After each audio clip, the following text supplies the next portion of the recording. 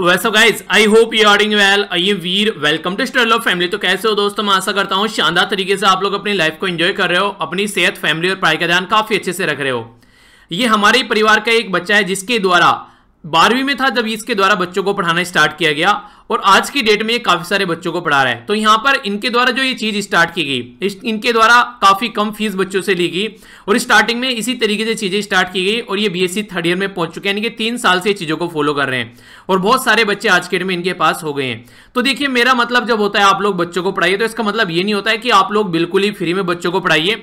आप लोग जितना भी रिसोर्सेज आप लोग उनके द्वारा जुटाया जा सकता है उसके बेस पर आप लोग उनको पढ़ा सकते हैं। यानी कि कहने का मतलब यहां पर ये, यानी कि बच्चे की कैपेसिटी के हिसाब से कि जितना वो पैसा दे सकता है आप लोगों को, जिससे कि आप लोगों का भी खर्चा चलता रहे। अगर यहां पर बच्चों को पढ़ाना है तो यहां पर आप लोग देखिए इनके द्वारा एक पूरा बैठने की अरेंजमेंट की गई, यहाँ पर बोर्ड वगैरह भी वो सारी चीजें प्रोवाइड कराई जा रही है। तो सीधा सीधा मतलब क्या, सीधा सीधा मतलब है कि कुछ तो रिसोर्सेज आप लोगों को भी चाहिएगा ना। यहाँ पर इलेक्ट्रिसिटी का बिल भी आप लोगों को पे करना है, वो सारी चीजें, या फिर बच्चों को और ज्यादा एंगेज करना है तो थोड़ा सा आप लोगों को रिवेन्यू की जरूरत पड़ेगी। तो उन्हीं के बेस पर आप लोग रिवेन्यू यहाँ से ले सकते हैं बच्चों से और उसी के बेस पर आप लोग चीजों को स्टार्ट कर सकते हैं। इससे क्या फायदा होगा, एक तो आप लोगों की जो डिपेंडेंसी है अपने घर के ऊपर वो आप लोगों की कम हो जाएगी और दूसरा एक अच्छी एजुकेशन आप लोग सोसाइटी में बच्चों को प्रोवाइड करा सकेंगे एक ऐसे लेवल पर जिससे कि और वहां पर प्रोवाइड नहीं करा रहा है इतने कम पैसे में। तो आप लोगों के पास में डेफिनेटली बच्चे आएंगे अगर आप लोग उन्हें कहते हैं दिल से अगर काम करेंगे। और अगर आप लोग उल्टी सीधी हरकतें माइंड में रखते हुए काम करेंगे तो फिर वो चीजें ज्यादा लंबे समय तक नहीं चलती है।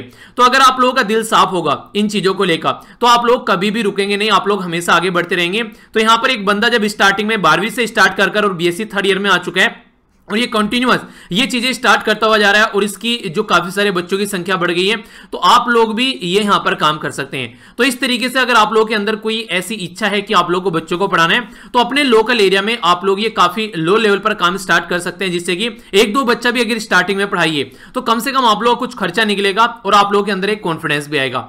तो ये आप लोग जरूरी स्टार्ट कीजिए अगर आप लोगों को टाइम मिलता है तो लाइफ में आप लोग जो भी अचीव करना चाहते हैं इससे उसको अचीव करने में आप लोगों को हेल्प मिलेगी। तो ये आप लोगों को एक तरीके से एक मोटिवेशन प्रोवाइड कराएगा और सही डायरेक्शन में आप लोग अपना काम कर पाएंगे। ठीक है, तो ये चीजें आप लोग देखिएगा जो कि आप लोगों को काफी बड़ा रोल प्ले करने वाली है आप लोगों की लाइफ में। दीपावली आ रही है पास में, तो ये चीजें कुछ ऐसी हैं जो आप लोगों को फॉलो करनी है अगर रियलिटी में आप लोग चाहते हैं कि हमारी कंट्री में सब लोग खुश रहें। हम लोग क्या करते हैं, दीपावली के टाइम पर हम लोग बड़ी बड़ी चीजें खरीद कर लेकर आते हैं, पर लेकिन जब हम लोग को 50 रुपए 100 रुपए में अगर हम लोग को ये मिट्टी के बर्तन अगर खरीदने की बात आए तो हम लोग उससे दूर हट जाते हैं। यहाँ पर एक देखिए, ये बुजुर्ग औरत है यहाँ पर और एक तरीके से इनका जो बॉडी है वो बैंड हो रखी है और फिर भी ये काम कर रही है यहाँ पर। तो इससे ये पता चलता है कि जैसे तैसे कर इनकी दुनियादारी घर गृहस्थी चलती है। तो अगर आप लोग यहाँ पर कुछ ऐसे दिए खरीद लोगे तो किसी के घर पर और दिवाली बन जाएगी। जैसे आप लोगों ने बाबा का ढाबा भी देखा होगा तो बहुत सारी दुनिया सामने निकल कर आ गई, पर बाबा का ढाबा जैसी सिचुएशन किसी अकेले पर्सन की नहीं है। बहुत सारे लोग ऐसे आप लोग को अपनी कंट्री में देखने को मिल जाएंगे। तो जहां पर भी आप लोगों को लगता है कि आप लोग एक थोड़ी सी हेल्प प्रोवाइड करा सकते हैं तो ये हेल्प आप लोग वहां पर कर सकते हैं। और इसका एक रियलिटी में आप लोग को इंपैक्ट बताऊं, जब आप लोग इंटरव्यू में बैठे होंगे ना, ये चीजें आप लोग के आंसर में झलकेगी। अगर आप लोगों से कोई क्वेश्चन पूछेगा आंसर राइटिंग में ये चीजें आप लोग की झलकेगी और यही वो चीजें हैं जो आप लोग को आप लोग के फाइनल डेस्टिनेशन तक पहुंचाएंगी। तो ये चीजें अगर लाइफ में रियलिटी में आप लोग इंप्लीमेंट करते हैं और आप लोग के अंदर ये चीजें हैं तो फिर वो आप लोगों के आंसर राइटिंग, आप लोगों के बिहेवियर, आप लोगों के इंटरव्यू में हर जगह आप लोगों को दिखाई देगी और उसका हमेशा आप लोगों की लाइफ में एक पॉजिटिव इंपैक्ट रहेगा। आज का जो आप लोगों का मैप बेस्ड क्वेश्चन है यहाँ पर ये केल कैनाल, जाकर इसको मैप में नहीं हारेगा कहां पर ये लोकेटेड है, फिर इसके बारे में मैं डिस्कस करूंगा। कई बार ऐसे क्वेश्चन आप लोगों से मैप में बन जाते हैं जो कि टाइम टू टाइम न्यूज में रहते हैं, तो इसके बारे में आप लोग आइडिया रख सकते हैं। बाकी काफी कुछ शानदार डिस्कस करने के लिए आज के द हिंदू न्यूज़पेपर में। तो आइए आर्टिकल्स देख लेते हैं क्या क्या हम लोग को डिस्कस करना है। और अगर आप लोगों को लगता है ये लेक्चर सुनने के बाद में आप लोगों को पीडीएफ चाहिए तो टेलीग्राम से जाकर आप लोग पीडीएफ डाउनलोड कर लीजिएगा।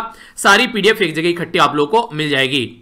जो फर्स्ट आर्टिकल है यहाँ पर ये बात कर रहा है, बेसिकली अभी आप लोगों को पता है त्योहार का सीजन स्टार्ट होने वाला है, तो इस टाइम पर जो कोविड-19 है तो उसको ध्यान में रखते हुए हम लोगों को चीजों को आगे लेकर चलना चाहिए। कुछ इसी तरीके की अरेंजमेंट हम लोगों को करनी चाहिए और खासकर जो गवर्नमेंट है उसको काफी लार्ज स्केल पर अवेयरनेस के प्रोग्राम चलाने चाहिए ताकि सोसाइटी में जो खौफ है उसको एक तरीके से थोड़ा कम किया जा सके और ज्यादातर सेफ्टी के ऊपर अपना फोकस रहे। जैसे आप लोगों के लिए एक शब्द होता है prevention is better than cure, यानी कि बीमारी लगने से पहले अगर आप लोग उससे अपना छुटकारा पालेंगे तो ज्यादा बेटर रहेगा। अभी सर्दियां स्टार्ट हो रही है तो खांसी नजला जुकाम आप लोगों को बड़ा ही कॉमन देखने को मिलेगा अगर आप लोग लापरवाही बरतेंगे तो इस टाइम पर इस तरह की अवेयरनेस फैलाना, क्योंकि जब तक दवाई नहीं आ जाती है तब तक आप लोग कोताही नहीं बरतनी है, तो ये काफी ज्यादा प्रॉब्लम क्रिएट कर देता है। अभी आप लोगों ने देखा होगा एक पर्टिकुलर फिटनेस ट्रेनर की जो पिक्चर थी वो काफी ज्यादा वायरल हो रही थी। वो फिटनेस ट्रेनर ये था को बोलता था कि कोविड-19 जैसी कोई चीज नहीं है और कोविड-19 ही उसकी जान ले ली। तो यानी कि चीजों को इग्नोर करना, जानते हुए भी कि ऐसी चीजें हो रही हैं और उनको इग्नोर करना, ये कितने हद तक वाजिब है। ये तो वही बात हो गई, सामने शेर खड़ा हुआ है, शेर के मुंह में जाकर कूदो कि हाँ मैं बहादुर हूं। बहादुर वो नहीं होता है, बहादुर होता है जो उससे निकलने का तरीका ढूंढता है और अपने दिमाग को लगाकर वहां से बच निकलता है। अब आप लोग बता, शेर है सामने की, वो ये ट्रेन जा रही है कि पटरी पर जाकर लेट जाए, बहादुर है। बहादुर थोड़ी ना हो गई तो सुसाइड हो गई। तो इस तरीके से अगर पता है कोविड-19 की वजह से प्रॉब्लम देखने को मिल रही है और फिर भी आप लोग अपनी सेफ्टी को ध्यान में रखकर नहीं चल रहे हैं, तो ये इनडायरेक्ट वे में सुसाइड है। तो इस तरीके की टेंडेंसी थोड़ा दूर रहिए, ऐसे लोगों से भी डिस्टेंस बनाकर रखिए और अपने आप भी जहां तक भी हो सके एक मास्क वगैरह यूज करिए और जो भी गाइडलाइन है फिलहाल, जैसे कि 2 गज की दूरी बनाए रखना, ठीक है, बाहर से आते ही तुरंत अपने हाथ वगैरह सैनिटाइज करना, धोना अपने आप को। तो इस तरीके से ये चीजें आप लोग फॉलो करिए। इंपॉर्टेंट आर्टिकल है यहां पर, ये खासकर जो इकोनॉमिक या फिर बैंकिंग के जो स्टूडेंट हैं उनके लिए काफी फायदा पहुंचाने वाला है और डे बाय डे की लाइफ में भी आप लोगों को जो पेमेंट सिस्टम है उसमें कई सारी बातें मैं आप लोगों को बताऊंगा जो आप लोगों को फायदा देखने को मिलेगा।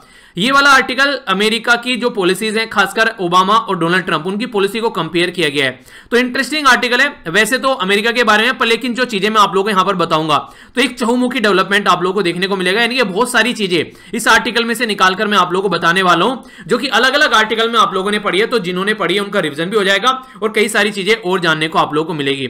तो डिटेल में इस आर्टिकल को मैं यहां पर डिस्कस करूंगा। ये साइड वाला जो आर्टिकल है यहां पर भी मैनुअल स्कैवेंजिंग के बारे में बात कर रहे हैं, तो जानेंगे जिस तरीके से लोगों को गटर के अंदर डाला जाता है सफाई करने के लिए, तो उसके बारे में बात की जा रही है। नेशनल एजुकेशन पॉलिसी के बारे में ये आर्टिकल है। आप लोगों को पता है हमारी कंट्री में अभी रिसेंटली 2020 में जो नेशनल एजुकेशन पॉलिसी लाई गई, ये हमारी कंट्री में 3rd नेशनल एजुकेशन पॉलिसी थी। इससे पहले हमारी कंट्री में जो नेशनल एजुकेशन पॉलिसी लाई गई थी ये 1986 में थी, पहली नेशनल एजुकेशन पॉलिसी।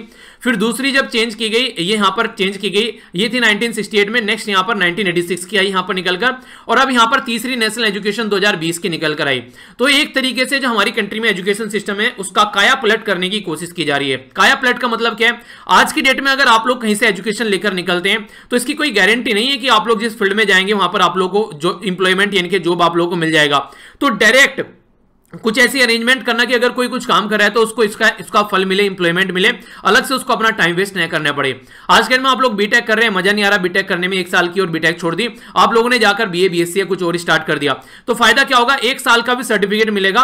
पहले ये बेकार हो जाता था कि 1 साल कुछ नहीं किया, अब ये एडवांटेज बन जाएगा आप लोगों के लिए कि हाँ 1 साल भी आप लोगों ने कुछ कर रखा है, तो ये आप लोगों के लिए एक एक्स्ट्रा मार्क यहां पर क्रिएट करेगा कि हाँ बच्चे के पास में ये वाली नॉलेज भी है। तो इस तरीके से एजुकेशन सिस्टम को इंप्रूव करने की कोशिश की जा रही है कई सारी डायमेंशन में। तो एक अच्छी बात आप लोग यहां पर इसको बोल सकते हैं। अब यहां पर इस आर्टिकल में बोला गया कि आर्टिफिशियल इंटेलिजेंस और जो डिजिटल चीजें हैं उनको हम लोग को यूज करना चाहिए इसके अंदर, ताकि एजुकेशन सिस्टम को और अच्छे लेवल पर हम लोग इंप्रूव कर चल सकें। तो ये बातें हैं जो बेसिकली बताई गई हैं। बाकी जो नेशनल एजुकेशन पॉलिसी के ऊपर मैंने कंप्लीट एक वीडियो बना रखी है जो कि डिटेल में सारी चीजें एक्सप्लेन करती है, तो उसको जाकर आप लोग देख लीजिएगा। इस वीडियो के नीचे उसका लिंक प्रोवाइड करा दूंगा, या फिर सर्च कर लीजिएगा NEPY वीर, तो भी आप लोग उसको देख सकते हैं। ठीक है, ये वाला जो आर्टिकल है यहां पर अभी आप लोगों को पता है दिवाली, ये सारी चीजें, इसके बाद में छठ पूजा होगी और वेस्ट बंगाल के अंदर दुर्गा पूजा होगी। तो ये सारी चीजें कहीं ना कहीं हम लोग को ध्यान में रखकर थोड़ा सा काम करना पड़ेगा, क्योंकि आप लोगों को पता है जब भी कोई ऐसी चीजें होती है, जैसे दीपावली आ रही है, पटाखे वगैरह बहुत ज्यादा हम लोग यूज करें, तो जितना पोल्यूशन कई महीने में होता है उतना पोल्यूशन हम लोग एक दिन में कर देते हैं। इसी के साथ में वाटर पोल्यूशन के बारे में बात करते हैं। छठ पूजा हो गया, जैसे दुर्गा पूजा हो गया, जो तस्वीरें होती हैं फिर उनको जो बेसिकली आसपास एरिया में वाटर बॉडी होती है उनमें जाकर उनको रखा जाता है। ठीक है, ये एज ए बिलीफ के तौर पर, तो क्यों ना हम लोग एक साइड में कोई ऐसा पॉन्ड वगैरह कोई ऐसी चीज क्रिएट कर लें जहां पर जाकर इनको रख सकें, ताकि जो नॉर्मल हमारी वाटर बॉडी है उसको पोल्यूट न कर सकें। तो इसी के बारे में बात की जा रही है। कोविड-19 के चलते और भी कई सारी प्रॉब्लम है, तो पोल्यूशन जैसी चीजों को हम लोग को बढ़ावा नहीं देना चाहिए और कम से कम जनता को अवेयरनेस यहां पर फैलानी चाहिए और जनता के लिए गवर्नमेंट को भी काम करना चाहिए इन सब फील्ड में, ताकि ऐसी सिचुएशन और कंडीशन को हम लोग रोक सकें।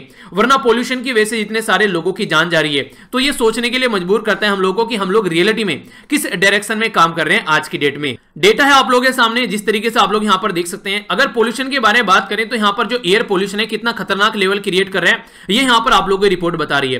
पोल्यूशन की वजह से बोला जा रहा है कि लॉन्ग टर्म जो एक्सपोज है कंट्रीब्यूशन टू पोल्यूशन की वजह से 1.67 मिलियन जो लोग हैं यहां पर उनकी डेथ हो जाए 2019 में पोल्यूशन की वजह से। इसी के साथ में जो इन्फेंट है यानी कि जो नए नए बच्चे भी पैदा हुए हैं उन पे पोल्यूशन का बहुत ज्यादा इंपैक्ट पड़ता है। पोल्यूशन की आप लोग बात समझिए, मान लीजिए कोई बीमार आदमी है आज के में, तो एक तो बीमार आदमी पोल्यूशन की वजह से काफी ज्यादा उसकी बीमारी और ज्यादा बढ़ जाएगी। कोई बुजुर्ग आदमी है आज के में जो उसकी एज है, खासकर कई सारी बीमारी रहती है, पोल्यूशन की वजह से और ज्यादा प्रॉब्लम बढ़ जाएगी। नया नया अभी कोई बेबी पैदा हुआ है, आप लोग ये समझिए उसकी जो बॉडी है वो अभी इन सब चीजों को अडेप्ट करने के लिए तैयार नहीं है। हम लोग उसकी बॉडी में पोल्यूशन डाल रहे हैं अलग तरीके से, कहीं पानी के तौर पर, कहीं एयर के तौर पर, तो उसकी बॉडी जो है एक तरीके से इतनी इम्यून नहीं है कि उसको चीजों को हैंडल कर सके, तो उनकी जान जाती है। तो इस तरीके से बहुत सारी ऐसी प्रॉब्लम है जिसकी वजह से पोल्यूशन की वजह से देखने को मिलती है, और ये वो चीजें हैं जिनको इंसान जो है रोक सकता है, यानी कि अपनी हरकतों को सुधार सके तो ये चीजें कंट्रोल की जा सकती है। पर लेकिन ऐसा नहीं देखने को मिलता है, जिसकी वजह से उसका खामियाजा हम लोग को भुगतना पड़ता है। 1.67 मिलियन यानी कि मोटे मोटे तौर पर बोलूं तो 16 लाख के करीब जो लोग हैं, 16.5 लाख के करीब लोग जो हैं 2019 में पोल्यूशन की भेंट चढ़ गए। और इसी के साथ में यहां पर आप लोग देखते हैं जिसमें से इन्फेंट की अगर बात करें यानी कि जो छोटे बच्चे हैं, लगभग आप लोगों यहां पर 1 लाख के करीब उनकी भी जान गई। तो ये बहुत के कोज यहां पर आप लोग देखते हैं जिसकी वजह से बहुत सारे लोगों की जान जा रही है और ये रोका जा सकता है। ठीक है, तो ये सारी चीजें जो आप लोग थोड़ा सा ध्यान में रखकर आगे बढ़ सकते हैं।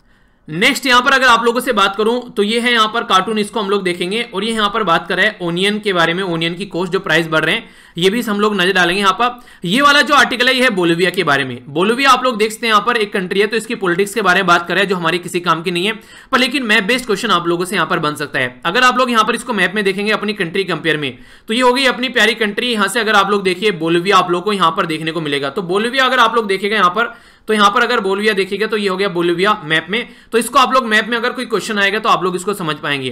तो बोलिविया अपनी कंट्री के कंपेयर में देखेंगे तो साउथ अमेरिका में आप लोग को देखने को मिल रहा है। आसपास वाली कंट्री कौन सी होगी? पेरू हो गया, ब्राजील हो गया, प्रुग्वे हो गया, अर्जेंटीना हो गया, और यहां पर ये हो गया चिली। ठीक है, अगर इसके बारे में बात करें, जो बोलिविया है और पेरू के बीच में एक लेक है जिसका नाम है, ये कई बार क्वेश्चन पूछे जाते हैं आप लोगों से, लेक है यहां पर टिटिकाका। तो टिटिकाका लेक का नाम आप लोग याद रखिएगा। और एंडीज माउंटेन भी आप लोग यहां पर देखने को मिलेगी साउथ अमेरिका के अंदर। तो ये मैप बेस्ड चीजें आप लोगों से कई बार पूछ ली जाती हैं। तो साउथ अमेरिका में है यहां पर बोलिवियानो, यहां पर इसकी करेंसी है, और ला पाज ये इसकी आप लोग यहां पर कैपिटल देखने को मिलेगी। ठीक है, इसके बारे में याद आप लोग रखते हैं। तो ये है बेसिक इंफॉर्मेशन बोलिविया के बारे में। बाकी यहां पर जो भी इंफॉर्मेशन थी वो यहां पर इनकी पॉलिटिक्स से रिलेटेड है जो हमारे किसी काम की नहीं है। ठीक है, तो एक मोटा मोटा सा आइडिया अगर आप लोग रखिएगा। देखिए जो आर्टिकल इंपॉर्टेंट है डिस्कस करने वाले हैं उनको तो मैं डिटेल में डिस्कस करता हूं, पर जो आर्टिकल इंपॉर्टेंट नहीं है फिर भी आप लोगों को एक ओवरव्यू उनका इसलिए देता हूं ताकि आप लोगों को पता रहे कि सोसाइटी समाज में चल क्या रहा है। ठीक है, तो कई सारे बच्चे बोलते हैं कि सारे आर्टिकल डिस्कस कर दो। न्यूज़पेपर जो है वो एग्जाम के पॉइंट ऑफ व्यू से नहीं बनाया जाता है, वो जनता के पॉइंट ऑफ व्यू से बनाया जाता है। जनता क्या किस तरीके की जनता है, तो सबके लिए अखबार होता है, ना कि वो ये कहते हैं कि आप लोगों के लिए एग्जाम की तरह। तो एग्जाम के लिए क्या इंपॉर्टेंट है वो आप लोगों को उसमें से निकालना पड़ेगा। ठीक है, तो ये बातें आप लोग ध्यान में रखिए। इसीलिए मैं आप लोगों को जो सारे आर्टिकल हैं जिसका मैंने ओवरव्यू दिया, जैसे ये वाला आर्टिकल का मैंने ओवरव्यू दे दिया, तो गाइडलाइन यहां पर किस तरीके इसका मैंने ओवरव्यू दे दिया। ठीक है, ये वाला जो आर्टिकल है नेशनल एजुकेशन पॉलिसी का मैंने ओवरव्यू दे दिया, यहां पर इसका ओवरव्यू दे दिया। तो ये ओवरव्यू के आर्टिकल है ताकि आप लोगों को पता चलता रहे चल क्या रहा है। ठीक है, जो बेसिक इंफॉर्मेशन मुझे लगती है बताने लायक है वो भी मैं आप लोगों को बता देता हूं। इसलिए मैं आप लोगों को बोलता हूं कॉपी और पेन लेकर भी अपना बैठा कीजिए अगर रियलिटी में आप लोग सीरियसली एग्जाम की तैयारी कर रहे हैं। और अगर आप लोग सीरियसली एग्जाम की तैयारी नहीं कर रहे हैं तो फिर तो कोई बात ही नहीं है, या फिर कोई अवेयरनेस के लिए सुन रहा है तो वो भी थोड़ा सा इसके ऊपर ध्यान दिया कीजिए, ताकि मतलब एक तरीके से ऐसा नहीं है कि अगर आप लोग जैसे कि एग्जाम की तैयारी कर रहे हैं अगर तो आप लोग कॉपी पेन लेकर बैठे, पर एग्जाम की तैयारी नहीं करें तो आप लोग नॉर्मल तरीके से इसको सुन सकते हैं, बस एक अवेयरनेस के पॉइंट ऑफ व्यू से। ठीक है, तो यही बेसिक इसका पर्पज रहता है। ओके, तो ये चीजें मैंने आप लोगों को यहाँ पर बताई जिनके बारे में आप लोगों को आइडिया होना चाहिए। बाकी ये है आज का कार्टून। बताइए यहाँ पर ये कार्टून क्या बताना चाह रहा है। कमलनाथ के बारे में यहाँ पर ये है, ये यहाँ पर कांग्रेस पार्टी के बारे में बात की जा रही है, ये पर्सनैलिटी कौन है।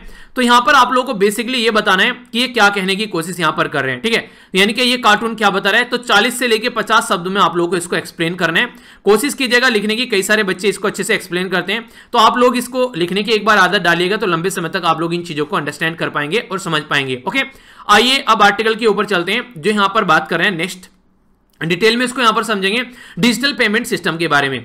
डिजिटल पेमेंट सिस्टम आप लोगों ने भी कई बार यूज किया होगा, या तो आप लोगों ने कई बार इंटरनेट बैंकिंग को यूज किया है, या फिर एटीएम के थ्रू, या फिर आप लोगों ने एक तरीके से क्रेडिट कार्ड वगैरह जो भी चीजें आप लोगों ने यहां पर यूज की है ऑनलाइन, तो उसके बारे में बात की जा रही है। डिजिटल पेमेंट सिस्टम जो है वो काफी बड़ा रोल प्ले कर रहा है आज के डेट में हमारी कंट्री में, पर लेकिन यहां पर रियलिटी में हम लोग को समझना पड़ेगा इसके बारे में थोड़ा सा।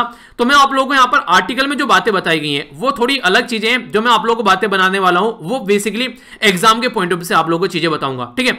तो सबसे पहले हम लोग यहां पर बात करेंगे national payment corporation of India के बारे में। पहले आप लोग इसको समझिए, national payment corporation of India क्या है। इसके ऊपर ऑलरेडी यूपीएससी में क्वेश्चन पूछा जा चुका है, तो थोड़ा सा ध्यान से सुनिएगा।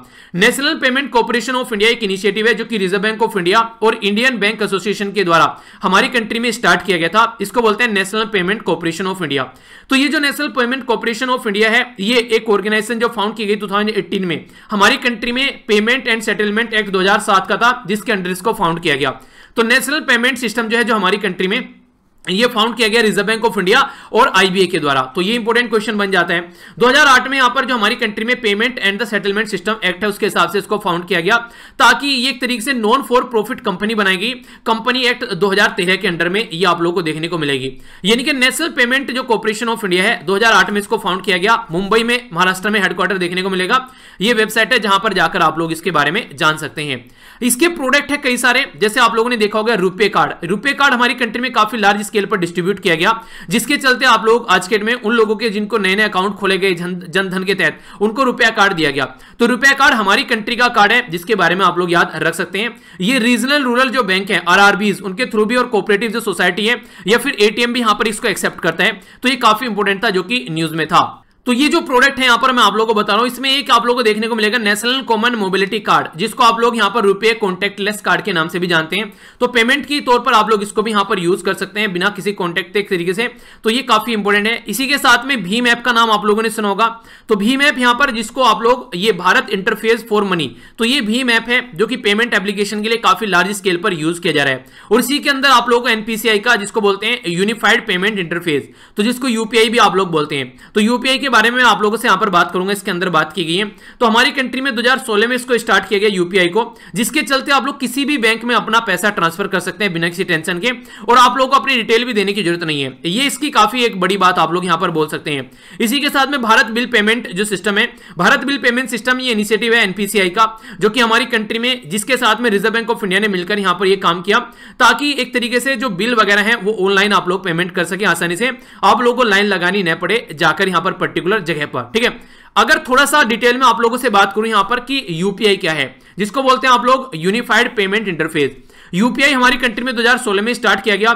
ये पैसे सेंड और पैसे रिसीव करने का एक सिस्टम है, जिसमें आप लोग अपने स्मार्टफोन को यूज कर किसी भी बैंक में पैसा भेज सकते हैं और बैंक से पैसा रिसीव कर सकते हैं।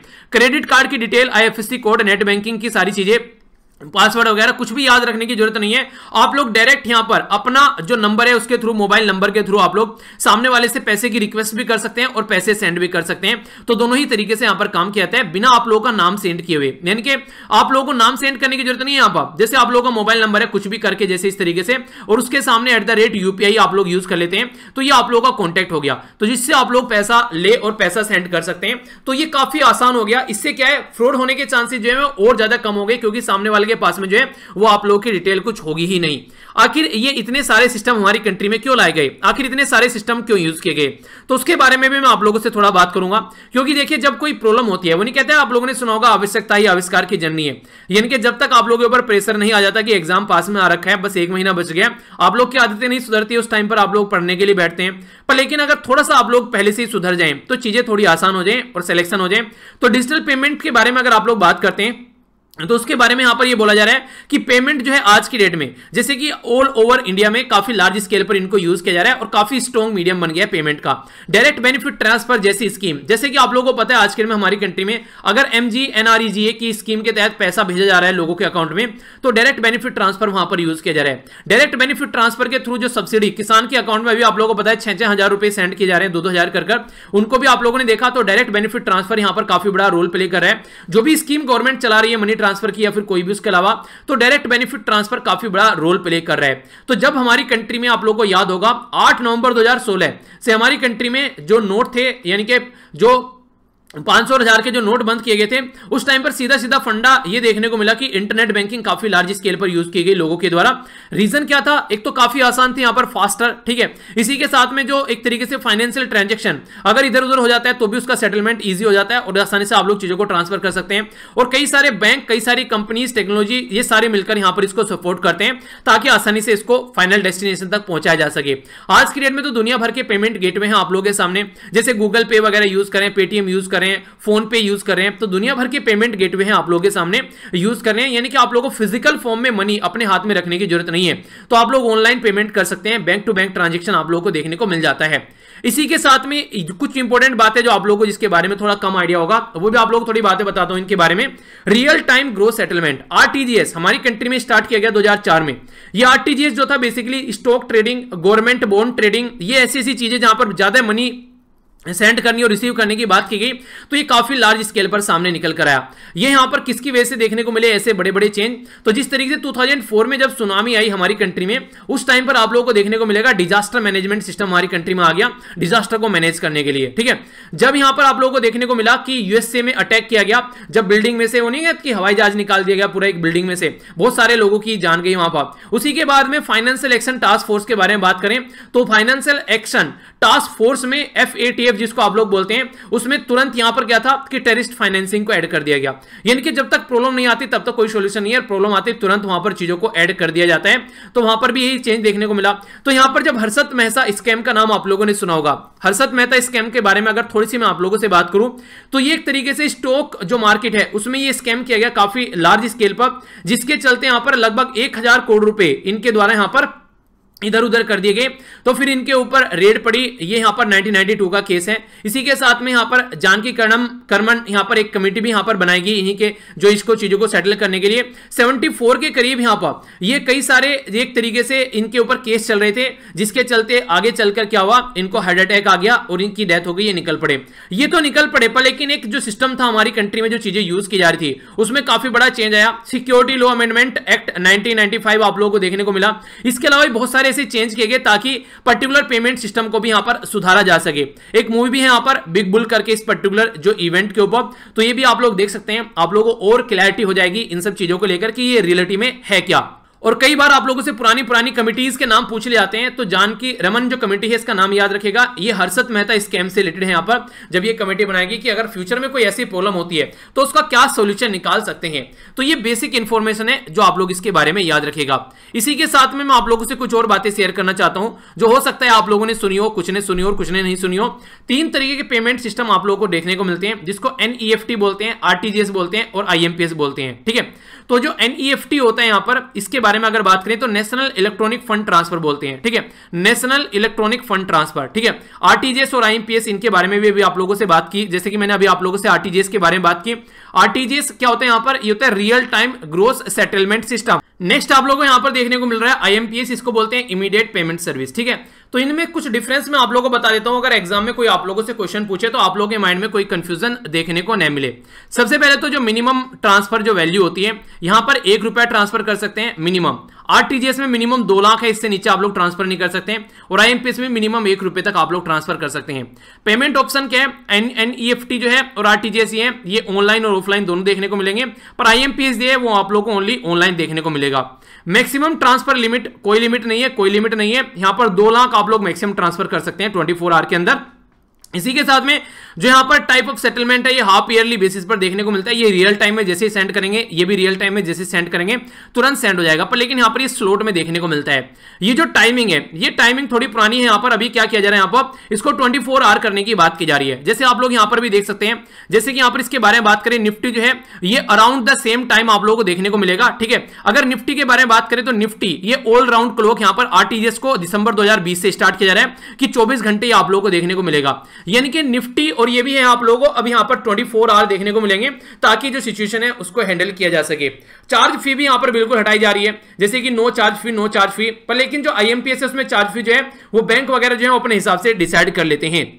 यानी कि कहने का मतलब ये है, अगर पेमेंट सिस्टम जो है वो आसान बना दिया जाएगा हमारी कंट्री में, तो जो पैसा ट्रांसफर करने का सिस्टम है वो आसानी से होगा, तो हमारी कंट्री में जो कैपिटल है वो और ज्यादा इनफ्लो होगा। ठीक है, तो ये काफी एक अच्छा तरीका आप लोग बोल सकते हैं। देखिए, अगर मैं आप लोगों को बोलूं, आप लोगों के मोहल्ले पड़ोस में कहीं आप लोगों को दूध की डेयरी पर दूध लेने के लिए जाना है, तो दूध जो है मान लीजिए उसका जो प्राइस है कहीं 25 रुपए देखने को मिल रहा है, कहीं 26 रुपए देखने को मिल रहा है। ठीक है, तो इस तरीके से आप लोग देखते हैं, अगर आधा लीटर आप लोगों को लेकर आना है। ठीक है, तो इसी के साथ में अगर मान लीजिए यहां पर जो सिस्टम है, आप लोगों को पेमेंट करना है, दूध के लिए आप लोग कैश देना है, दूसरी दूध में साइड में आप लोग बात करें, उसके लिए आप लोग क्या करना है, उसके लिए आप लोगों को पेटीएम मिल जा रहा है, फोन पे मिल जा रहा है, गूगल पे मिल जा रहा है। तो यहां पर डेली का जो चिल्लर है उसके झंझट में पड़ने के बजाय इंसान ये सोचता है कि यार कुछ ऐसा सिस्टम स्टार्ट हो जाए कि मोबाइल तो हर एक के हाथ में है कि आसानी से जाकर पैसा पे करे और निकल ले, वहां पर लाइन में भी लगने की जरूरत नहीं है आसानी से। तो इसी के चलते ये काफी अच्छा है। एक अभी एक अच्छा उदाहरण आप लोगों को मैं बताता हूं। रिसेंट का इसलिए बोल रहा हूं क्योंकि मेरे साथ में देखने को मिला। ये बेसिकली मान लीजिए आप लोग गाड़ी लेकर कहीं पर जा रहे हैं, तो उस पे अगर आप लोगों ने फास्टैग लगा रखा है, एक तो यह कि फास्टैग की लाइन लगी हुई है बहुत लंबी, आप लोग उसमें लाइन में खड़े रहो, पैसा पेमेंट करो। दूसरा यह कि आप लोगों ने फास्टैग का टैग लगा लिया यहां पर। ठीक है, तो क्या होगा, उससे फास्टैग का टैग होगा आप लोगों का, वो तुरंत आप लोगों का जो टोल प्लाजा पर जहां पर भी आप लोग खड़े होंगे, तो टोल आप लोगों का तुरंत जो है वो डिडक्ट हो जाएगा वहां पर। ठीक है, तो एक तरीके से आप लोगों को लाइन में नहीं लगना पड़ेगा, तो यहां से टाइम भी बचेगा आप लोगों का। ठीक है, और इसके साथ में जो ये सारे जो पेमेंट गेटवे हैं, ये कहीं ना कहीं आप लोग कुछ ना कुछ ये डिस्काउंट भी देते रहते हैं इन सब चीजों के ऊपर। तो एक तरीके से जो ऑनलाइन चीजें हैं वो ज्यादा आसानी यहां पर क्रिएट कर रही है। कुछ लोगों को इसके बारे में अवेयरनेस नहीं है, तो सबसे पहले तो एक तो अवेयरनेस होनी चाहिए लोगों के बारे में, और इसी के साथ में सबसे अवेयरनेस के साथ साथ में यहां पर जो फ्रॉड हो सकता है उस फ्रॉड के बारे में हम लोग को थोड़ी बात करनी चाहिए ताकि उसको रोका जा सके। तो अगर आप लोगों को लगता है कहीं पर कोई ऐसी चीजें हैं जिनको इजीली आप लोग चीजों को लेकर चल सकते हैं, तो तुरंत उसको आप लोग इंप्लीमेंट कीजिए, इससे काफी सारी प्रॉब्लम का सोल्यूशन आप लोग का निकल जाएगा। ठीक है, तो ये एक आसान तरीका है चीजों को हैंडल करने का, और गवर्नमेंट को भी थोड़ी सपोर्ट करनी चाहिए जहां तक इसको फोकस करने की बात की जाती है, ताकि और अच्छे लेवल पर चीजों को इंप्लीमेंट किया जा सके। ठीक है, तो ये था इसके बारे में आर्टिकल। नेक्स्ट जो आर्टिकल है वो आर्टिकल कहने के लिए एक है, पर लेकिन बहुत सारी चीजें मैं आप लोगों यहां पर डिस्कस करने वाला हूं। बात की जा रही है इन वेस्ट एशिया। अगर आप लोग देखिए जो फ्यूचर है इसका वो ज्यादा अच्छा नहीं है, और अमेरिका भी यहां पर जो है वो धुलमित पड़ रहा है। यानी कि वेस्ट एशिया में अगर देखिए जो अमेरिका एक तरीके से लुप्त होने के साथ साथ में एक धुलमित भविष्य देखने को मिल रहा है। सीधा सीधा जो इशारा है वो है डोनाल्ड ट्रंप की साइड में। डोनाल्ड ट्रंप कह रहे हैं कि वेस्ट एशिया में शांति लाने वाले हैं, ये करने वाले हैं, वो करने वाले हैं। तो पहले आप लोग वेस्ट एशिया समझिए कहां पर है। ये पूरा जो मैप है आप लोगों के सामने एशिया का है। एशिया में यहां पर नॉर्थ एशिया बोल देते हैं, जो रसिया वाला रीजन हो गया। ईस्ट एशिया जो चाइना और आसपास वाला रीजन, यहां पर ये जापान वगैरह ये हो गया। सेंट्रल एशिया में ये वाला पोर्शन, वेस्ट एशिया में यहां पर ये वाला पोर्शन सऊदी अरेबिया और ये सब चीजें आप लोगों को देखने को मिलेगी। साउथ एशिया में अपनी कंट्री आ गई, और साउथ ईस्ट एशिया में जो आसियान कंट्री आ गई। तो एशिया इस तरीके से डिवाइड रहती है। अगर माइंड में क्लैरिटी रहेगी तो कोई कंफ्यूजन आप लोगों को एशिया के बारे में देखने को नहीं मिलेगा। अब समझते हैं क्या बातें की जा रही है। वेस्ट एशिया जो है यहां पर उसका फ्यूचर जो है बोला जा रहा है कि वो ज्यादा क्लियर नहीं है, और डोनाल्ड ट्रंप जो है जैसी हरकतें देखने को मिल रही हैं उसके चलते कई सारी बातें सामने निकल कर आ रही है। आखिर ऐसा क्यों बोला जा रहा है तो समझते हैं। अभी आप लोगों ने देखा डोनाल्ड ट्रंप ने एक एग्रीमेंट कराया जिसको अब्राहम अकॉर्ड के नाम से बोला गया। इसमें जो यूनाइटेड अरब एमिरेट्स है और इसी के साथ में जो यूनाइटेड अरब एमिरेट्स और बहरीन के साथ में मिलकर इजराइल के एक रिलेशन को अच्छे करने की बात की जा रही है। और इसमें जो बिचौलिया यानी कि एक तरीके से जो बिचौलिया का काम कर रहे हैं, ये यहां पर एक तरीके से मीडिएशन का जो काम कर रहे हैं वो डोनाल्ड ट्रंप है, यूएसए के प्रेसिडेंट। और उनके द्वारा बोला गया कि एक new dawn in the Middle East, यानी कि मध्य पूर्व में एक नई सुबह, इनके द्वारा ये बोला गया, इसका स्वागत किया गया ये बोलकर। क्या रियलिटी में जो शब्द इनके द्वारा ये बोले गए हैं ये रियलिटी में ऐसा कुछ यहां पर करने वाला है, तो इसका एनालिसिस किया जा रहा है। और प्रेसिडेंट डोनाल्ड ट्रंप और यहां पर जो फॉर्मर प्रेसिडेंट बराक ओबामा, दोनों को कंपेयर भी यहां पर किया जा रहा है। तो ये इनके द्वारा बोला गया कि जो इनकी डिप्लोमेसी विक्ट्री है यहां पर एक तरीके से उनको काफी एक्सजरेट किया जा रहा है। तो क्या इसको इस तरीके से देखना चाहिए जैसे डोनाल्ड ट्रंप यहां पर एक्सजरेट कर इसको बता रहे हैं। तो इजराइल और अरब में 26 ईयर में यहां पर ये डिप्लोमेसी विक्ट्री डोनाल्ड ट्रंप की देखने को मिली, जिसका इन्होंने बैंड बाजा बारात के साथ में पूरा स्वागत किया। पर लेकिन दूसरी चीजों के बारे में कौन बात करेगा, क्या क्या चीजें इनको समझिए थोड़ा सा।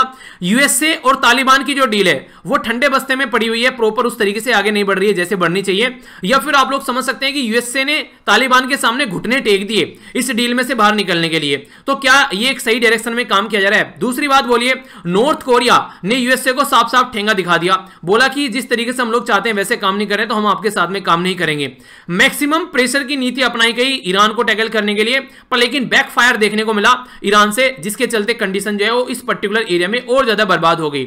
इसी के साथ में अगर बात करें इजराइल और पैलेस्टीन को लेकर, आप लोग समझ सकते हैं कि कितनी लार्ज स्केल पर जो चीजें हैं वो खराब हो रही हैं आज के डेट में। अगर हम लोग इस मुद्दे को यहां पर समझते हैं, पैलेस्टीन को कंप्लीटली यहां पर इग्नोर किया जा रहा है। ठीक है, ट्रेड चाइना के साथ में ट्रेड वॉर चल रही थी, तो यूएसए फेल हो गया, चाइना को एक तरीके से सेग्रीगेट करने की कोशिश कर रहा था, पर लेकिन ऐसा कुछ हुआ नहीं। तो इस तरीके से इनका यहां पर जो पटाखा है वो फुस हो गया, ऐसा आप लोग बोल सकते हैं।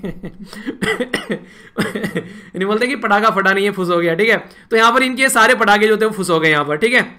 तो ये जो पटाखे थे इनके, जिनको पटकाने की कोशिश कर रहे थे नेक्स्ट इलेक्शन के लिए, तो यहां पर काम नहीं किया और इनके द्वारा ये सारी बातें बोली गई थी। अपना जो 2016 का जो कैंपेन किया जा रहा था इलेक्शन में कि हाँ आने वाले टाइम में ये सब काम करेंगे, तो अब जनता इनसे पूछेगी अब जो इलेक्शन होने वाले यहाँ पर नवंबर के महीने में कि भैया आपके पटाखे तो पटके नहीं थे, अब फिर से क्या कौन से पटाखे पटकाने की कोशिश आप लोग करोगे। तो यहाँ पर आगे आने वाले टाइम में जितनी ज्यादा अनसर्टेनिटी देखने को मिलेगी उसको बोला जा रहा है कि और ज्यादा अनसर्टेन चीजें हैं यहाँ पर। अगर बात करें अब्राहम अकॉर्ड के बारे में, जिनको लेकर ये काफी चिल्ला रहे हैं, ठीक है, जिसको बोल रहे हैं कि पीस डील रहने वाली है बहुत बड़ी, तो अब्राहम अकॉर्ड में अगर वेस्ट एशिया में बात करें तो क्या रियलिटी में जो क्लेम इनके द्वारा किया जा रहा है, क्या ये रियलिटी में एक सही क्लेम है? तो इसको थोड़ा सा इनके द्वारा अलग तरीके से समझाने की कोशिश की जा रही है। पहले आप लोग यहां पर समझिए, अगर आप लोगों से ईरान न्यूक्लियर डील के बारे में बात करूं, 2015 में यहां पर बराक ओबामा और इसी के साथ में जो हसन रूहानी है, जो ईरान के प्रेसिडेंट, इनके बीच में ये डील देखने को मिली। बोला गया कि आप लोग यहां पर कोई भी न्यूक्लियर बम वगैरह नहीं बनाओगे और जो एनर्जी है, खासकर न्यूक्लियर एनर्जी है, उसको पीस के लिए, शांति के लिए यूज करोगे। ये बातें इनके द्वारा यहां पर बोली गई। तो उस टाइम से अगर आप लोग चीजों को समझिए तो कंडीशन क्या देखने को मिली? कंडीशन यहां पर ये देखने को मिली कि एक शांति बनाने की कोशिश की गई बराक ओबामा के द्वारा। डोनाल्ड ट्रंप ने बोला बिल्कुल पसंद नहीं आई ये बात मुझे बिल्कुल पसंद नहीं आई, ठीक है, जैसे कपिल शर्मा बोलता है ना कि ये बात मुझे बिल्कुल पसंद नहीं आई, ठीक है। तो इनको इनका थोपड़ा पसंद नहीं आया, इन्होंने क्या किया, तुरंत आते ही डील से बाहर निकल गए। इसी के साथ में एक बात और रह गई यहां पर, पेरिस क्लाइमेट एग्रीमेंट। अब यहां पर इनके द्वारा पेरिस क्लाइमेट एग्रीमेंट को आगे लेकर चलने की बात की गई, ये आते ही सबसे पहले उससे बाहर निकल गए। तो जब इनके द्वारा रवैया देखा गया किम जोंग उन के द्वारा डोनाल्ड ट्रंप का, तो डोनाल्ड ट्रंप का रवैया देखते हुए किम जोंग उन ने सोचा कि अभी यहां पर ईरान न्यूक्लियर डील से बाहर निकले, पता चला कल को हमको भी यहां पर प्रेशर में डालकर हमको भी किसी और तरीके से डील करने की कोशिश करें। तो तुरंत यहां पर क्या किया गया इनके द्वारा जो यहां पर जो डोनाल्ड ट्रंप की जो डील थी वो ठुकरा दी गई और एकदम बाहर निकल गए इस डील से। और आज के दिन में कोई भी इनके बीच में कोई बात वार्ता नहीं चल रही है ताकि सिचुएशन को आगे लेकर चला जा सके किसी भी डायरेक्शन में। अगर बराक ओबामा जी के बारे में बात करें तो उनका भी कोई ज्यादा अच्छा फेज नहीं रहा है। उनके द्वारा हालांकि चीजों को बैलेंस बनाने की कोशिश की गई, तो उनका टाइम ड्यूरेशन जो रहा वेस्ट एशिया और नॉर्थ अफ्रीका को लेकर, उसमें भी कई सारी चीजें देखने को मिली, पर डीपली इंगेज थे, वहां से निकलने की कोशिश नहीं करते। जैसे डोनाल्ड ट्रंप क्या है, डोनाल्ड ट्रंप वो बच्चा है जहां पढ़ाई करने की बात आती है वो छोड़कर भाग जाता है। तो यहां पर बराक ओबामा क्या थे, प्रॉब्लम का सोल्यूशन निकालने की कोशिश करते थे हर जगह पर, लेकिन यहां पर डोनाल्ड ट्रंप जो है वो अलग रवैये में रहता है। यूएसए के बारे में बात करें तो यहां पर तो इराक के अंदर घुस गए वॉर में, वहां पर आप लोग काफी बुरी कंडीशन देखने को मिली, पर लेकिन उनके द्वारा चीजों को एक्सेप्ट किया गया। सीरिया के अंदर बात करें तो यहां पर चेकमेट मिला इनको रशिया से, पर लेकिन रशिया को भी इनके द्वारा एक्सेप्ट किया गया कि हां रशिया जो है यहां ज्यादा पावरफुल है। लीबिया हालांकि एक डिजास्टर फेज रहा इनके टाइम पर, ईरान के साथ में कंटिन्यू करने की कोशिश की गई सैंक्शन और थ्रेट को साथ में रखते हुए। इजराइल जो था वो अनकंट्रोल होता हुआ नजर आ रहा था, तो इसलिए इजराइल को भी इनके द्वारा यूएन में सपोर्ट करने से मना कर दिया लास्ट मोमेंट में आकर, जब यहां पर पैलेस्टीन के मुद्दे पर बात की गई। अरब एलाई जो थे वो भी काफी सारे अपसेट चल रहे थे। यानी कि कहने का मतलब यह है अपने लेवल पर जो बराक ओबामा ने काम किया है वो भी ऐसा नहीं बोल सकते बहुत अच्छा था, पर लेकिन असली चीजें क्या थी, असली चीजें वो थी कि उन्होंने चीजों में बैलेंस बनाने की कोशिश की। ओबामा के साथ में अगर हम लोग बात करें तो यूएसए की जो प्रेजेंस है यहाँ पर ईस्ट एशिया में या फिर चाइना के अंदर अगर आप लोग बात करते हैं तो वहां पर भी काफी अलग तरीके से देखने को मिली, क्योंकि चाइना बढ़ रहा था तो इन्होंने कोशिश की कि प्रेजेंस को बनाए रखें। तो यूएस जो है यहाँ पर उन्होंने दोनों तरीके के लोग देखने को मिले, कुछ तो अलाई थे और कुछ उनके दुश्मन वहां पर बन गए पर्टिकुलर एरिया में। तो इसका मतलब ये नहीं था कि आप लोग चीजों को छोड़कर भाग जाओ, ठीक है, तो यहां से बस अपना वो नहीं कहते कि बस्ता उठाओ और भाग जाओ, इनके द्वारा ऐसा नहीं किया गया। फिर भी चीजों को कंट्रोल वे में लेकर चला गया, ऐसा नहीं है कि बस यहां से निकल लो। अब यहां पर दोनों को कंपेयर करते हैं, बराक ओबामा और डोनाल्ड ट्रंप को। अगर आज की डेट में आप लोग देखिए बराक ओबामा का जब सेकंड टर्म स्टार्ट हुआ तो उन्होंने रियलिस्टिक अप्रोच लेकर चली, ऐसा नहीं था डोनाल्ड ट्रंप की तरीके से। ईरान के साथ में पीस बनाने की कोशिश की, रशिया को बोला कि हाँ सीरिया में तुम्हारा बड़ा रोल है, तुम उसको संभालो। इसी के साथ में सऊदी अरेबिया, इजराइल और ईरान, इनको देखा जाए तो यहाँ पर इन्होंने इजराइल को सपोर्ट करना बंद कर दिया। ईरान को भी हालांकि उसके साथ में ईरान न्यूक्लियर डील देखने को मिली ताकि शांति लेकर आया जा सके। इजराइल और पैलेस्टीन वाले मुद्दे पर उन्होंने पैलेस्टीन को सपोर्ट करना स्टार्ट कर दिया सेकेंड टर्म में। इसी के साथ में कोऑपरेट करने की कोशिश की, सऊदी अरेबिया को बोला कि यमन के ऊपर जो अटैक किए जा रहे हैं उसमें भी कोऑपरेट करने की कोशिश करो, और इनको इंडिपेंडेंट भी छोड़ा गया कि आप लोग खुद भी अपने हिसाब से सोचो कि क्या शांति यहां पर कर सकते हो आप लोग। यानी कि वो नहीं बोलते कि जब बच्चा थोड़ा बड़ा हो जाता है तो उसको छोड़ देना चाहिए कि वो अपनी लाइफ को अपने हिसाब से चलना स्टार्ट करें, हर टाइम उसकी लाइफ में इंटरफेयर नहीं करना चाहिए। तो ये काम यहां पर यूएसए के द्वारा किया गया कि आप लोग खुद भी काम करो, और इसको कोल्ड पीस का नाम दिया गया। यानी कि डोनाल्ड ट्रंप के कंपेयर में जो बराक ओबामा जो थे वो ज्यादा मैच्योर डिसीजन लेते थे, ऐसा आप लोग बोल सकते हैं। पर लेकिन अगर बात करूं डोनाल्ड ट्रंप साहब के बारे में, जैसे ही 2016 में चुनकर आए, इन्होंने सबसे पहले तो ये कोशिश की कि जो बराक ओबामा जी के द्वारा जो काम किया गया था उसको सारे काम को साइड में किया जाए। तो ऐसे ऐसे इन्होंने सारी हरकतें करने स्टार्ट कर दी। सबसे पहले ईरान न्यूक्लियर डील से बाहर निकले और ईरान पर पूरा मैक्सिमम प्रेशर बनाने की कोशिश की। तो मैक्सिमम प्रेशर के चलते पता नहीं क्या क्या हरकतें की गई। इवन यहाँ के इनके जनरल भी, जिनका नाम था जनरल सुलेमानी, उनका असैसिनेशन यहाँ पर इनके द्वारा किया गया, जिससे ग्राउंड लेवल पर काफी ज्यादा प्रॉब्लम देखने को मिली। और ईरान जो है आज के दिन में सबसे बड़ा कट्टर दुश्मन बना बैठा है। ये यहाँ पर काफी सारे जो रॉकेट वगैरह है अटैक कर रहा है ईरान के द्वारा। यहाँ पर जो सिया, अगर यहाँ पर इराक के अंदर अगर आप लोग बात करें, जो यूएसए की फोर्सेज हैं, और सिया सुन्नी वाला फंडा और ज्यादा यहाँ पर बढ़ गया आज के डेट में। तो क्या डिटरेंस क्रिएट हुआ? मैक्सिमम प्रेशर ये बना पाए? नहीं, इनका प्रेशर जो है वो रिलीज हो गया। कोई प्रेशर नहीं बना यहाँ पर ईरान के ऊपर, क्योंकि ईरान के साथ में आकर खड़ा हो गया आज के डेट में चाइना एंड रशिया। तो यहां पर ईरान जो है वो चाइना और रशिया के खेमे में जाता हुआ नजर आ रहा है। एक नया गुट बनता हुआ यहां पर नजर आ रहा है अगर ये कंडीशन आगे बढ़ती रही तो कहने का मतलब क्या है? कहने का मतलब यहां पर ये है कि आज की डेट में जैसा ईरान को लेकर ये करना चाह रहे थे उसका जस्ट अपोजिट हो गया। तो ये कितने हद तक सही है? इसी के साथ में इन्होंने खुलेआम सबके सामने मतलब इजराइल को सपोर्ट करना स्टार्ट कर दिया। एम्बेसी बोला जेरूसलम में लेकर जाओ, जो कि जेरूसलम एक ऐसा एरिया है जो कि एक डिस्प्यूटेड एरिया है। हमारी अगर आप लोग एम्बेसी की बात करेंगे, इंडिया की एम्बेसी कहां पर है, तो वो तल अवीव में है, इजराइल के अंदर में। पर लेकिन इन्होंने क्या किया, अपनी एम्बेसी को जेरूसलम में बुला दिया, जो कि यहां पर एक डिस्प्यूटेड रीजन है। ये हरकतें की गई। नेक्स्ट जो सबसे इंपॉर्टेंट बात है, Golan height. Golan height Syria की है। डोनाल्ड ट्रंप ने बोला कि नहीं ये इजराइल की है, यानी कि इसको बोला कि तुम रखो इसको गोलान हाइट को, यानी कि एरिया है सीरिया का, दे रहे हैं इजराइल को। ये इनके लग रहा है फुप्पा है कि इनके इस तरीके से हरकतें कर रहे हैं, यानी कहने का मतलब ये किसी और का एरिया ये किसी और को दे रहे हैं, इनका क्या हक बनता है ये काम करने का। तो ये जो हरकतें इनके द्वारा की गई यहां पर, तो ये हरकतें काफी ज्यादा खतरनाक लेवल की यहां पर देखने को मिली, कहीं ना कहीं ऐसा बोल सकते हैं। यानी कि एक तरीके से ये नहीं होता है कि हरकतें की यहां एरिया किसी और का है, दिया किसी और को जा रहा है, उससे पूछा भी नहीं जा रहा है किसका एरिया है, मतलब उस पर लड़ाई चल रही है। तो ये ऐसी हरकतें खुलेआम सपोर्ट कर रहे हैं। तो इससे कहीं ना कहीं इंसान की जो क्रेडिबिलिटी होती है ना वो और ज्यादा डिक्रीज हो जाती है। तो यहां पर डोनाल्ड ट्रंप की क्रेडिबिलिटी डिक्रीज नहीं हो रही है, पूरे यूएसए की क्रेडिबिलिटी डिक्रीज हो रही है यहां पर, ऐसा आप लोग बोल सकते हैं। गोलान हाइट को लेकर जो बात की गई, इसी के साथ में वेस्ट बैंक में ज्यू सेटलमेंट को और ज्यादा बढ़ावा इनके द्वारा दिया गया। तो पीस लाने के बजाय इसने रीजन में और ज्यादा अनस्टेबिलिटी ला दी। तो ये पीस का दूत न बनकर ये और ज्यादा अनस्टेबिलिटी वाला ये माहौल क्रिएट यहां पर करते चले गए। इसी के साथ में अगर बात करें अरब पावर के बारे में, पैलेस्तीन से, मान लीजिए अरब पावर ने यहां पर पैलेस्तीन से बाहर निकाल लिया, यूएई के साथ में आप लोगों ने एग्रीमेंट साइन कर दिया, बहरीन के साथ में ये बाहर निकलकर चले गए। इसकी क्या गारंटी है कि वैक्यूम को कोई और नहीं भरेगा? तुम तो वहां से निकल जाओगे। नॉन अरब मुस्लिम जो है, यानी कि अरब वर्ल्ड से हटकर जो दूसरी मुस्लिम कंट्री है, जैसे कि तुर्की हो गया, ईरान हो गया, ये आकर वहां पर घुस जाएंगे और शिया सुन्नी वाला और बड़ा फंडा यहां पर क्रिएट हो जाएगा। तो डोनाल्ड ट्रंप के द्वारा जो अपने आप को बचाने के लिए, अपना माहौल थोड़ा सही करने के लिए जो वहां से हरकतें की गई हैं, वो हरकतें इनको और ज्यादा पे करने वाली हैं, बहुत ज्यादा लार्ज स्केल पर नुकसान पहुंचाने वाली हैं। आने वाले टाइम में अगर ये चुनकर फिर से आते हैं तो प्रॉब्लम और ज्यादा बढ़ेगी ना कि घटेगी। यानी कि जो ये बोल रहे हैं ना कि शांति आने वाली है, शांति बनने वाली है, तो ये बोल सकते हैं कि एक तरीके से, क्यों नहीं कहते हैं कि एक तरीके से आप लोगों ने एक डायलॉग सुना होगा कि ये आगे तबाही से पहले की जो शांति, एक तरीके से आगे बहुत बड़ी तबाही आने वाली है। तो कुछ ऐसा माहौल यहां पर देखने को मिलेगा। ये बिल्कुल ऐसी है, अनस्टेबल वे में चीजों को रख देना, ठीक है। वो नहीं कहते, हम लोग कई बार टेबल पर पेंसिल खड़ी करने की कोशिश करते हैं सीधी, पर लेकिन जरा सा भी अगर हवा का झोंका आएगा तो तुरंत वो गिरेगी, कोई सपोर्ट नहीं है किसी भी साइड में से। तो यही कुछ ऐसा ही यहां पर एग्रीमेंट आप लोगों को इनका देखने को मिल रहा है। तो इंडिया के ऊपर भी इसके इंपैक्ट पड़ने वाले हैं। डोनाल्ड ट्रंप जिस तरीके की हरकतें कर रहे हैं, अगर तालिबान के साथ में ये बाहर निकलते हैं अफगानिस्तान से, तालिबान को पावर देकर, तालिबान एक तरीके से कहीं ना कहीं पाकिस्तान के, यहां पर अगर आप लोग मैप में देखिएगा, यहां पर ये काफी बड़ा रोल प्ले कर सकता है आने वाले टाइम में। इंडिया की एक तरीके सिक्योरिटी के ऊपर हैम्पर एक तरीके से करने वाला है, सिक्योरिटी को नुकसान पहुंचाने वाला है। तो ये पाकिस्तान से काफी ज्यादा सपोर्ट मिलता है। तो बहुत सारे ऐसे मुद्दे हैं जो आगे चलकर नुकसान पहुंचा सकते हैं इंडिया को काफी लार्ज स्केल पर। तो यही बातें यहां पर समझाने की कोशिश की जा रही है, ठीक है। नेक्स्ट आर्टिकल की ओर चलते हैं। ये आर्टिकल जो है यहां पर बात की जा रही है, आज के डेट में अगर कोई गटर साफ करने वाला है तो नॉर्मली आप लोगों को ये नहीं देखने को मिलेगा ये कोई पंडित है या फिर कोई अपर कास्ट का पर्सन है, ये हमेशा आप लोगों को लोअर कास्ट का पर्सन स्टार्ट नजर आएगा, ठीक है। तो लोअर कास्ट के पर्सन के लिए कहीं ना कहीं उसके साथ में अटैच कर दिया गया है कि ये काम तो ये पर्टिकुलर कास्ट ही करेगी। अगर पर्टिकुलर कास्ट ये काम कर रही है तो इसके लिए कोई इंप्रूवमेंट करने के लिए कोई आवाज भी नहीं उठाता। अगर कोई अपर कास्ट का पर्सन कोई ये काम करता तो तुरंत वहां पर आवाज उठनी स्टार्ट हो जाती है, ठीक है। तो ये सारी चीजें जो है थोड़ी सुधारनी पड़ेंगी, इनके बारे में बात करने की कोशिश की जा रही है। तो क्या क्या चीजें समझ लेते हैं थोड़ा सा। हम लोग कब कहां पर बैठे हैं, आज के डेट में हम लोग बैठे हैं 2020 में।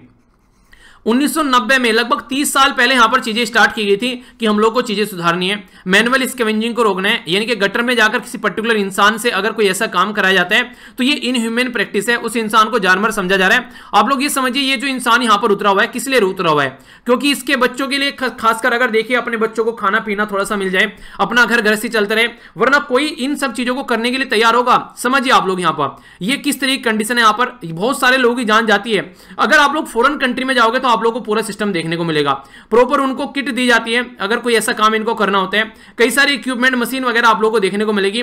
पर हमारी कंट्री में क्या करते हैं, करप्शन बहुत लार्ज स्केल पर देखने को मिलता है, जिसकी वजह से ये सारा पैसा जो है वो तो इधर उधर चला जाता है और बाकी का फिर इंसानों को उतारा जाता है। और पता है ये काम कौन करते हैं? जो लॉ को इंप्लीमेंट करने वाला है वही ये काम कर रहे हैं, यानी कि मैनुअल स्कैवेंजिंग का जो ये काम किया जा रहा है ये उन्हीं इंसानों के द्वारा किया जा रहा है जिनको यहां पर बेसिकली ये सारी चीजें रोकनी चाहिए, यानी कि एक तरीके से सही करने वाले ही गलत कर रहे हैं। वो कंडीशन यहां पर जब देखने को मिल जाती है तब ऐसी सिचुएशन निकल कर आती है। स्वच्छ भारत मिशन के बारे में आप लोगों से बात करूं, स्वच्छ भारत मिशन हमारी कंट्री में स्टार्ट किया गया था कब? ये 2 अक्टूबर 2019 में स्टार्ट किया गया था और 150वीं बर्थ एनिवर्सरी पर 5 साल में बोला गया था कि हम लोग इसको आगे कंप्लीट करेंगे, ठीक है। तो ये 2014 में इसको स्टार्ट किया गया था, ठीक है, यहां पर, और बोला गया था 2019 में जब 150वीं बर्थ एनिवर्सरी होगी महात्मा गांधी जी की तब हम लोग इसको कंप्लीट करेंगे। इसमें भी बात की जा रही है इरेडिकेट करना मैनुअल स्कैवेंजिंग को, तो यहां पर भी आप लोगों को चीजें देखने को मिलेगी कि मैनुअल स्कैवेंजिंग को खत्म करना है, ओपन डेफिकेशन खत्म करना है, ठीक है। इसी के साथ में यहां पर जो फ्लश टॉयलेट है उनके बारे में बात की जा रही है और लोगों का बिहेवियर भी यहां पर चेंज करना है। तो ये सारी चीजें आप लोगों को यहां पर देखने को मिली, तो ये भी इंप्लीमेंट करने के लिए काफी ज्यादा जरूरी है, पर लेकिन वो भी ढंग से इंप्लीमेंट नहीं की गई। स्वच्छ भारत मिशन भी अपना काम करके चला गया। ये जो बेसिकली मिशन है 2 पार्ट में डिवाइड है, रूरल और अर्बन वाले एरिया में। तो स्वच्छ भारत मिशन अगर ग्रामीण के बारे में आप लोग बात करें तो ministry of drinking and water sanitation, जिसको मिनिस्ट्री ऑफ वाटर आज के में आप लोग बोलते हैं, और स्वच्छ भारत मिशन अर्बन वाला जो था ये ministry of housing and urban affair के अंडर में। तो ये एक मोटा मोटा एक इंफॉर्मेशन आप लोग के लिए है, तो आज तक भी हम लोग इसको नहीं रोक पाए हैं। इसी के साथ में अगर बात करें प्रोहिबिट करने के लिए, यहां पर ऑलरेडी एक्ट है हमारी कंट्री में कि prohibition of the employment as a manual scavenger and their rehabilitation, यानी कि जो प्रोहिबिट करना है यहां पर इंप्लीमेंट करने के लिए मैनुअल स्कैवेंजिंग, यानी कि मैनुअल स्कैवेंजिंग नहीं होनी चाहिए, और रिहेबिलिटेट करने की भी उनको बात की जा रही है ताकि वो ऐसी हरकतें फिर से न करें, उसको रोका जा सके। अभी हमारी कंट्री में अगर आप लोग देखिए सोशल जस्टिस एंड एम्पावरमेंट जो मिनिस्ट्री है उसके द्वारा बोला गया कि अगर अब तक अगर आप लोग देखिए कि 1993 से लेकर अब तक 620 के करीब केस ऐसे हो चुके हैं जिससे सैनिटेशन यानी कि सफाई करने वाले वर्कर की जान जा चुकी है, और 88 के करीब या फिर 90 के करीब जो लोग हैं वो अभी लास्ट 3 साल में यहां पर इनकी जान गई है। तो यानी कि एक ह्यूज नंबर आप लोग यहां पर बोल सकते हैं जो इस पर्टिकुलर एरिया में अपनी जान गंवा रहा है। अगर यहां पर देखिए, अगर आप लोगों को मोटा मोटे तौर पर दिखाओ यहां पर, तो यहां पर सबसे ज्यादा एक ऐसा जो पढ़ा लिखा स्टेट जिसको आप लोग बोलते हैं, तमिलनाडु में 234 के करीब लोगों की जान गई, गुजरात के अंदर 162 लोगों की जान गई। ये वो राज्य हैं जिनको बोला जाता है सबसे पढ़े लिखे समझदार अच्छे इकोनॉमिक डेवलप राज्य हैं, वहां पर भी ये कंडीशन ह्यूज लेवल पर देखने को मिलती है। तो क्या ये सही है यहां पर? तो ये चीजें समझनी पड़ेगी। पहले तो इनके खिलाफ कोई आवाज नहीं उठाते हैं, कोई एनजीओ इक्का दुक्का कोई आवाज उठाती है, उनकी आवाज सुनता नहीं है, क्योंकि कास्ट द्वारा ड्रिवन यहां पर रिडन यहां पर एक पर्टिकुलर ये वर्क है। तो कास्ट से इसको डिसएसोसिएट अगर आप लोग करके देखेंगे तो ही चीजें आगे बढ़ पाएंगी। अगर कास्ट के साथ में ऐसी चीजें चलती रहेंगी तो फिर इसका सॉल्यूशन आप लोग नहीं निकाल पाएंगे, ठीक है। एक पर्टिकुलर कमीशन है जिसके बारे में थोड़ा याद रखेगा, नेशनल कमीशन ऑफ सफाई कर्मचारी। ये थोड़ा बहुत काम यहां पर करता है नेशनल कमीशन सफाई कर्मचारी।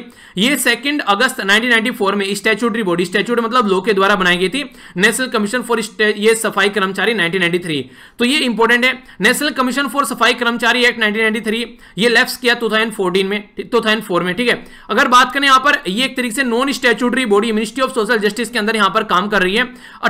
ये कोशिश करती है कि चीजों को इंप्लीमेंट किया जाए, पर लेकिन रियलिटी में अगर ये कोशिश करती है और चीजों को इंप्लीमेंट करती है तो ये जो लोगों की जान जा रही है यहां पर आज की डेट में भी, तो ये जान जाने से हम लोग बचा पाते, पर रियलिटी में काम नहीं कर रही है। तो सॉल्यूशन क्या है? सॉल्यूशन तो ये तो कास्ट के बेस पर जो चीजें चल रही है उसको वहां से हटाएं, प्रॉपर इक्विपमेंट इनको यहां पर प्रोवाइड कराएं, या फिर मशीन के थ्रू यहां पर काम कराया जाए। तो ये एज ए कंस्ट्रक्टिव सॉल्यूशन के नाम पर आप लोग यहां पर ये प्रोवाइड करा सकते हैं, ठीक है। तो ये बातें हैं जिनके बारे में आप लोग आइडिया रखिएगा। डायरेक्ट क्वेश्चन आप लोगों से एग्जाम में इनसे रिलेटेड कई बार पूछ लिए जाते हैं, ओके। आइए अब देखते हैं आज का क्वेश्चन जो आप लोग अटेम्प्ट करने हैं। गल्फ ऑफ एदन के बारे में आप लोगों से यहां पर पूछा गया था। गल्फ ऑफ एदन बोला जा रहा है यहां पर, ये इंपॉर्टेंट पार्ट है सुएज कैनाल का, ठीक है। लोकेटेड करता है मेडिटेरियन सी और अरेबियन सी के बीच में, ठीक है, इनको कनेक्ट करता है ऐसा बोल सकते हैं। इसी के साथ में जो पार्ट है इंडियन ओशन का आप लोग को देखने को मिलेगा। कौन सी स्टेटमेंट करेक्ट है? ए में बोला गया 1, बी बोला गया 2, सी बोला गया बोथ, डी बोला गया नाइदर 1 नो 2। सही आंसर क्या है? सही आंसर है सी, यानी कि दोनों की दोनों स्टेटमेंट सही है। मैप में अगर आप लोग देखेंगे तो आप लोग समझ पाएंगे यहां पर इसको, ठीक है। ये हो गया यहाँ पर गल्फ ऑफ एदन, यहाँ पर हो गया इंडियन सी, यहाँ पर हो गया इंडियन ओशन, अरेबियन सी हो गया, यहाँ पर ये इंडियन ओशन हो गया, यहाँ पर हो गया रेड सी, ठीक है। तो इसको कनेक्ट करने का काम करते हैं। और यहाँ पर ये बाब अल मेहबा, ठीक है, तो ये है बाब अल मंदेब, ठीक है। तो ये भी आप लोग याद रखिएगा, MANDEB। तो ये आप लोगों से कई बार इस तरीके से पूछा जाता है। ये एक स्टेट है यहाँ पर जो रेड सी और गल्फ ऑफ एदन को कनेक्ट करने का काम करता है। स्क्रोट्रा आइलैंड यहाँ पर ये किसका है, ये यमन का है। ये भी कई बार न्यूज में था, क्वेश्चन इसके ऊपर भी आप लोगों से बन सकता है। तो आंसर क्या हो गया यहाँ पर, आंसर हो गया इसका सी, यानी कि दोनों की दोनों स्टेटमेंट यहाँ पर करेक्ट है। तो ये था टोटल आज का डिस्कशन। अगर आप लोगों ने यहां तक वीडियो देख लिया है तो इसको फीडबैक देकर जरूर जाइएगा, कैसी लगी आप लोगों को वीडियोस के बारे में जरूर बताइएगा। और यहां से आप लोग PDF डाउनलोड कर सकते हैं, मेरे साथ में यहां पर भी आप लोग कनेक्ट रह सकते हैं। सारे लिंक वीडियो के नीचे मिल जाएंगे। आंसर राइटिंग ग्रुप में कई सारे बच्चे काफी अच्छे से आंसर लिख रहे हैं, तो इसी तरीके से आंसर आप लोग को लिखते रहना है और जब भी टाइम मिले किसी को जरूर पढ़ाइए। इसीलिए ये लाइन आप लोगों के लिए डेली लिखी रहती है, a candle lose nothing by lighting the another candle. यानी कि अगर आप लोग किसी को पढ़ा दोगे तो आप लोग कुछ नहीं बिगड़ेगा, और ज्यादा आप लोग एक समाज में रोशनी फैला पाओगे। अगर एक मोमबत्ती से दूसरी मोमबत्ती जला दें तो इसका मतलब ये नहीं कि जो जलाने वाली मोमबत्ती है उसमें कोई घट जाएगा, ठीक है, वो तो जलती रहेगी। तो इस तरीके से एजुकेशन भी एक ऐसी चीज है।